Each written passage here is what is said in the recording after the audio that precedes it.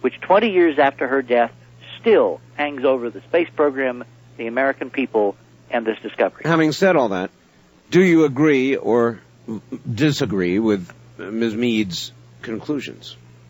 I disagree, and I'll tell you why I disagree. Because cultures must grow or die.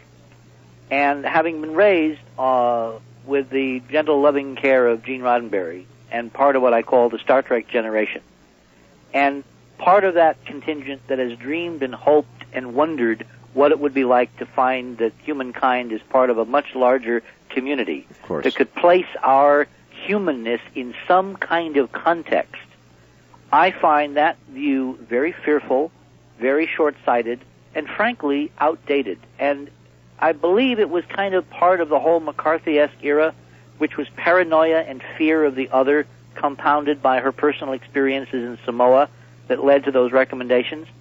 And I can see a lot of alternative scenarios, most of them infinitely brighter, that would have guaranteed all kinds of riches, both material and non-material, for both our culture and the entire planet, if we had discovered and had openly acknowledged to have discovered the ruins of an extraordinary culture. Because remember, Art, we're not talking about ETs landing and guys coming out and eating us alive.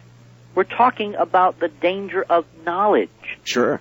And the only thing that I can now look at in hindsight and say that the real danger was from that knowledge was not to all the rest of us. It was to those in control.